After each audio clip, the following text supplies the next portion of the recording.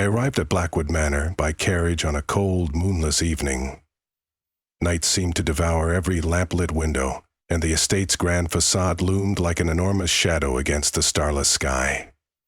My heart fluttered as I passed through the wrought iron gates, a mixture of excitement and dread swirling within me. I had heard whispered tales of a country house far from any village, where family portraits bore an awful sophistication, their very oils seemingly steeped in secrets. Yet, nothing could have prepared me for the estate's stifling atmosphere. Every breath felt thick with silence, as the house itself drew in visitors only to keep them. A man in coattails appeared on the steps. He introduced himself as Mr. Falwick, the family's longtime steward, and escorted me through the heavy front doors. Inside, the entry hall was illuminated by a single candelabrum. Its weak glow revealed rich tapestries depicting hunting scenes, as well as a large staircase that rose into the darkness above. My footsteps, damp with the rainy travel, echoed ominously against the polished marble floor. I had come on the invitation of Lady Adelicia Morland, the estate's mistress. She had written me an uncommonly polite letter, inviting me to catalogue and assess the manor's extensive art collection. As an art historian, I found the summons impossible to resist. There was talk of labyrinthine galleries filled with paintings dating back centuries. I was certain I would unearth something priceless hidden among them, or at least rarely seen wonders. The letter hinted at a singular sensation within the collection, portraits that were said to possess a disquieting vivacity. Whether that was some cryptic remark about their style or technique, I did not know. Yet the wording lingered in my mind. The closer I drew to the estate, the louder it echoed in my thoughts. Mr. Falwick led me through a corridor lined with portraits of past owners. Candlelight flickered across the painted faces, bringing them to life in the most unsettling way. I clutched my cape tight as I followed him. Each portrait's eyes seemed to track my movement, and their features shimmered strange. In the faint glow, I noticed fine cracks marking the canvases, though not from age. Instead, the cracks looked freshly split, as if the paint had been tormented by some recent upheaval. The figures depicted had twisted expressions, some caught between youth and old age, an unsettling combination that made their faces seem almost in motion. I found Lady Morland in the drawing room at the far end of the corridor. She was a tall woman, tendrils of silver hair pinned beneath a lacy cap. Her skin looked unusually taut, though the edges of her eyes were marked by faint hollows. When she welcomed me, her voice was gentle, tinged with a trembling sincerity. I curtsied, feeling suddenly self-conscious under her penetrating gaze. She gestured for me to sit by the fireplace, where a low flame struggled to warm the vast room. After inquiring about my journey, Lady Morland nodded toward the selfsame portraits I had just passed. "They have become quiet ghosts," she said in a near whisper, eyes distant. "There is a family curse intertwined with these paintings. You may laugh, but art has power. For generations, the residents of this house have commissioned portraits. They believe these images captured not just likeness, but something more elusive. Now everything is amiss." Her voice quivered on that last sentence. Although I consider myself modern and rational, my skin tingled with unease at her words. She pursed her lips as if weighing how much to say. "They are aging," she said, each syllable carefully enunciated, "but not in the way ordinary paintings age. The changes happen quickly, unpredictably, making the figures appear ghoulish, twisted with sudden years. And worse, the individuals depicted, some living, some deceased. She pulled back the sleeve of her gown. I gasped.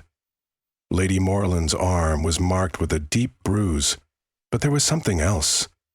Her skin had become brittle, ghostly pale. That same night, I was led to my guest chamber. I could barely sleep, so profound was the sense of dread clinging to me. The wind moaned through the estate's ancient eaves, and the branches of old oaks scratched at the windows like bony fingers. I found myself wishing the moon would show its face and scatter the shadows that pressed against the glass. At the stroke of midnight came a distant sound of shattering. I rose from bed, donned a robe, and ventured into the hallway. Cautiously navigating the corridor by candlelight, I discovered a side gallery I had not noticed earlier. Only the faintest sliver of light seeped beneath its large wooden doors. Inside lay dozens of portraits, each one covered in a heavy velvet drape. The crack I had heard was a shattered picture frame on the floor. The occupant of that painting, a woman in the final stages of old age, had seemingly burst forth from the constraints of the canvas. The painting itself lay curled in on itself, its edges blackened. My heart thudded painfully. I placed a hand on the ruined paint. It was cold to the touch, as though marred by winter's frost. Somewhere in the darkness, a shuffle made me jolt upright. I spun, candle held high. A younger maid was huddled behind a pillar, trembling. She startled at my approach. Through stammered words, she pleaded for me to leave the manor. "Devouring us," she muttered, and gave me a wild-eyed look. "Those paintings are living, don't you see? Every day, they steal our spirits, feed on our breath." The desperation in her voice sent a shiver down my spine. Before I could gather more from her, she scurried away into the darkness. The next morning I met with Lady Morland in the estate's largest salon, a room lined ceiling to floor with gilded frames. I felt compelled to share my midnight discovery, but found that she already knew. "We lost Flora's portrait last night," she said, gesturing sadly toward an empty space on the wall. The jagged edges of torn canvas flapped in the draft. I asked if the subject, Flora, was still alive. Lady Morland nodded a yes, then paused, her eyes clouding over. "Though she may not remain so for long," she muttered. "When a painting's destruction accelerates, its subject also suffers a draining of vitality. This is our bequest, sealed by an ancestor's pact with an unearthly force. The artistry here is beyond mortal skill." She guided me toward a thick tome on a nearby table. Bound in black leather with tarnished gold lettering, it appeared to detail the history of Blackwood Manor's portraits. Leafing through its pages, I discovered accounts of each painting, when it was made, who the painter was, and any notable changes observed since its creation. Strange references ran throughout to an accelerated curse that was said to begin subtly, fine lines forming on the painted subject's face, perhaps worsening into a monstrous transformation. Each incident matched a concurrent decline in the subject's health.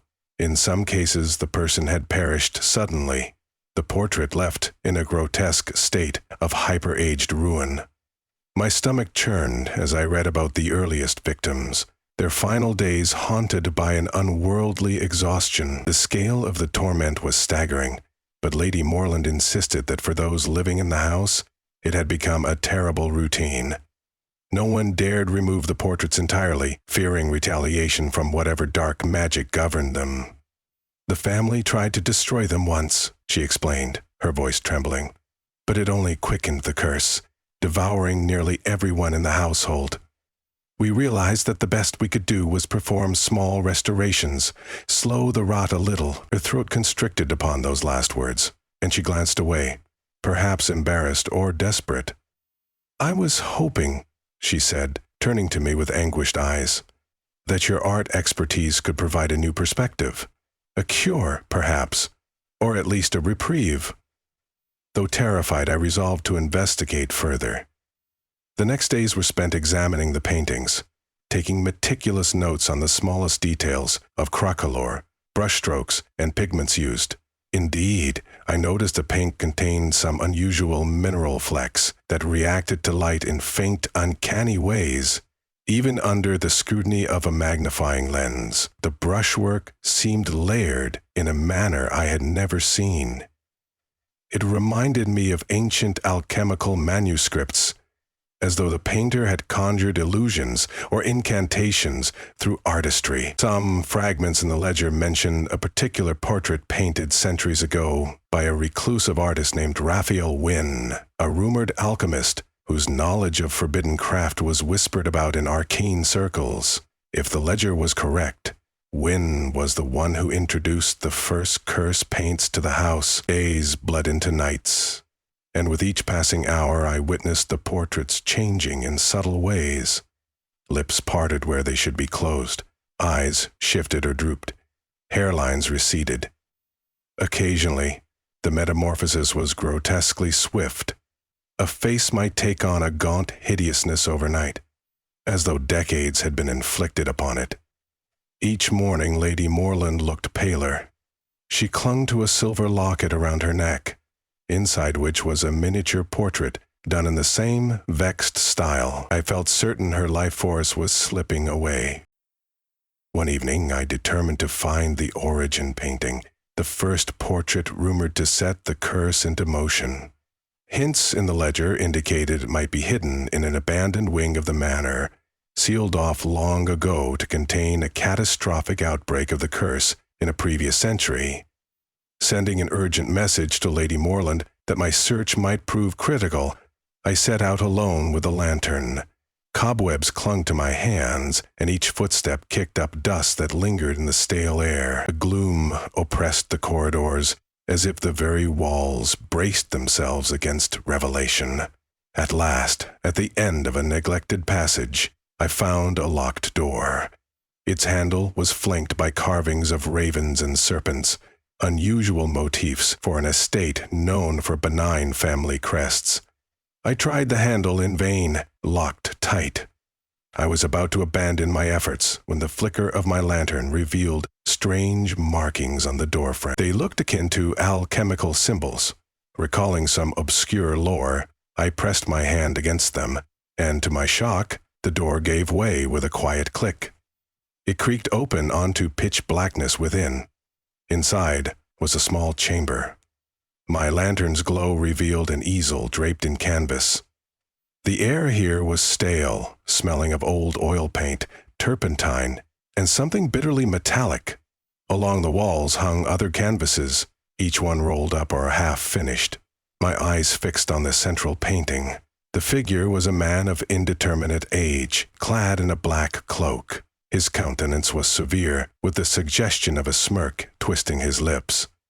Instantly I sensed this was no mere portrait. It felt alive in the worst possible way. The edges of the canvas were tinted with a dull red hue that shimmered in the faint light. A signature in the corner read, "Arwen." My pulse raced. Here, presumably, was the source. This portrait, virgin to retouching or interference, seemed untouched by physical time, and yet exuded a malevolent presence that made my skin crawl. I approached, noticing the paint near the eyes was cracked. Perhaps the same creeping decay was present here, too.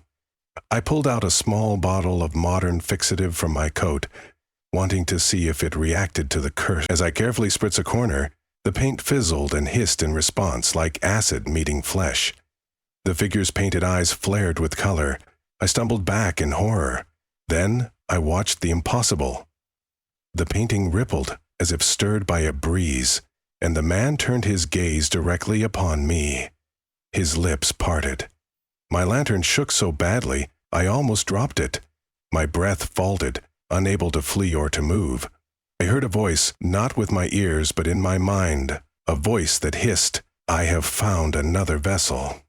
Fear warred with fascination in my chest as the portrait's features contorted, momentarily turning skeletal before returning to their prior severity. A presence stirred in the room, and I sensed that it longed to latch onto me, to siphon my vitality as it had done to so many others. With a last spasm of courage, I dashed forward and flung the rest of the fixative fluid across the painted figure, hoping to disrupt whatever unholy power it wielded. A shriek, faint yet piercing, erupted from the painting as it convulsed against the easel. Cracks blossomed across the man's face, revealing layers of grotesque transformation beneath.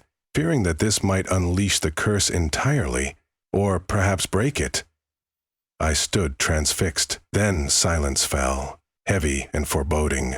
The portrait seemed frozen again, though now it bore the visage of an aged corpse, the once smug expression twisted into horror.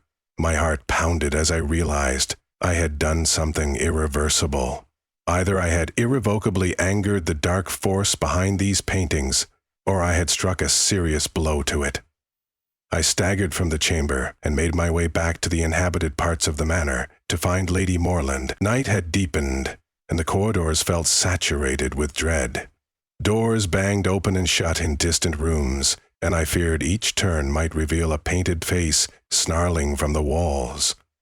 At length, I located Lady Morland in front of her own portrait in the main gallery. She appeared to be on the brink of collapse, her breathing shallow. Her painting was warping, the once regal expression sagging into a visage of near death. Veins of cracked paint spiderwebbed across her likeness. Each crack in the painting seemed mirrored by veins bulging in her own skin. Summoning the last of my resolve, I told her what I had done. She mustered the faintest flicker of hope in her pale eyes and whispered that if the first painting had been undermined, perhaps the entire gallery might be purged of its power. Together we rushed to gather the strongest fixatives, solvents, and modern restoration tools. My hands trembled around the bottles of chemical mediums. If Wynn's portrait was truly the anchor of this curse, damaging it further might break the bond, freeing the manor's inhabitants.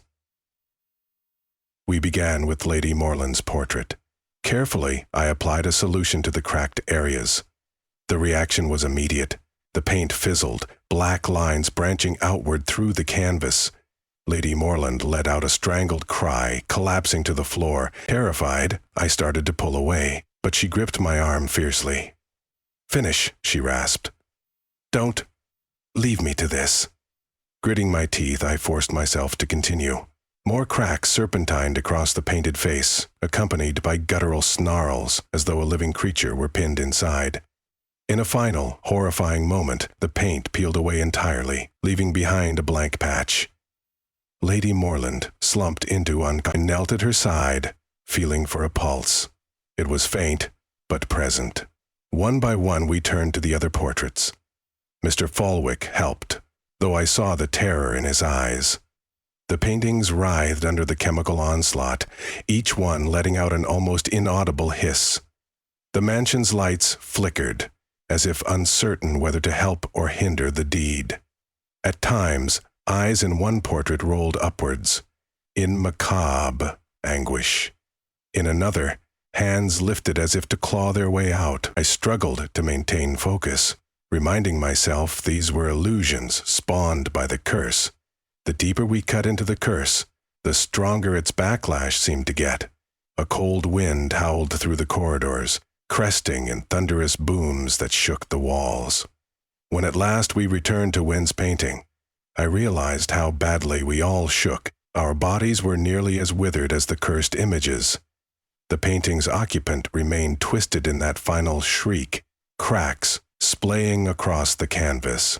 With grim determination, I splashed more fixative across it.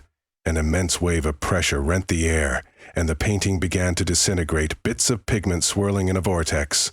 I heard that same voice in my mind, roaring hateful epithets, cursing me for defiance. I staggered backwards, clasping my hands over my ears as if to block out that intangible screech.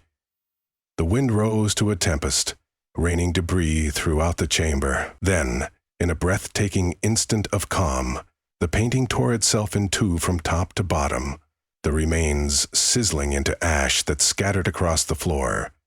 The house fell deathly silent. For several heartbeats, none of us moved.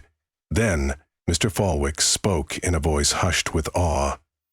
"It's finished." I glanced at Lady Morland, still pallid and stricken, but gradually color returned to her cheeks. In a small, halting gesture, she opened her eye. Something in the air had changed. The presence that had hovered, malevolent, felt lifted. In time, we navigated the corridors, checking each portrait. Some had half disintegrated, others looked frozen in disrepair. Yet, none continued that accelerated aging. I realized the bond had been severed. Perhaps Wynn's soul or demonic ally had woven its influence into each painting.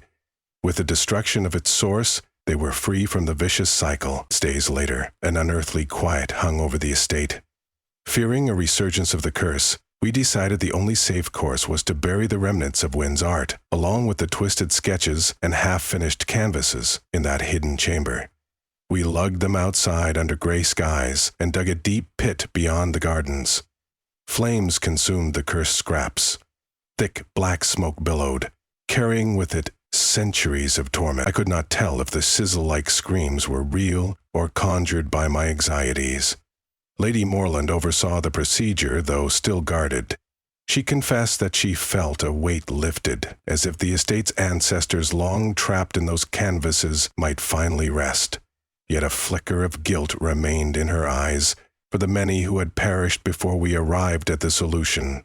When the last ashes vanished, a gentle breeze stirred the air, as if the estate itself breathed a sigh of relief. For my part, I stayed another week to ensure that all the portraiture was cleaned, repaired, or, where necessary, disposed of.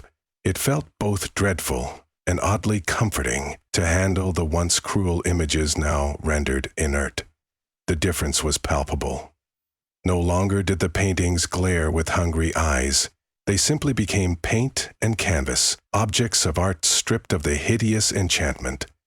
A handful of the older works, no longer salvageable, were hastily burned as well. It pained me, for they were centuries old, but the risk was too great.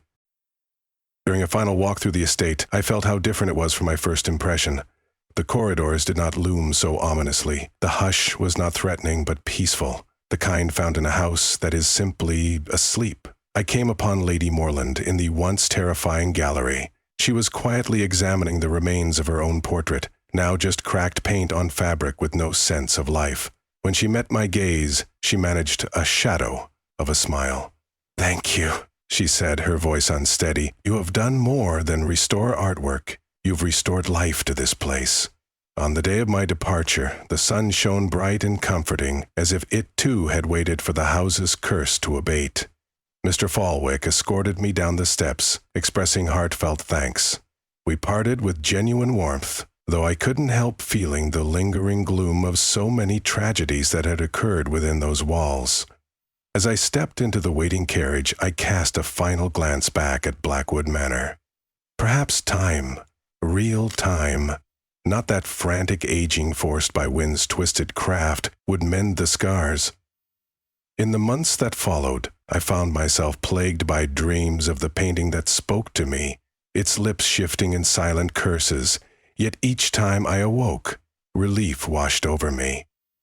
I would remember how the canvas tore, how the vile artistry burned to cinder. The haunting had ended. I carried a single small keepsake from Blackwood Manor, a scrap from the ledger describing Wynn's techniques, enough evidence to remind me of the power that can dwell in painted images. In that sense, I could never fully forget the horrors I had witnessed, but everything that truly mattered was liberated from that monstrous enchantment. In quiet moments, I wonder if some ember of that malignant presence still smolders, waiting for a new brush to swirl paint upon a canvas. I can only hope not, for what we encountered was not art simply capturing life. It was art stealing life. May it remain forever undone, locked away in the shadows of history's nightmares, and may Blackwood Manor, at last, know true peace behind its tall iron gates, free from the hungry eyes that once peered out of every aging painted face.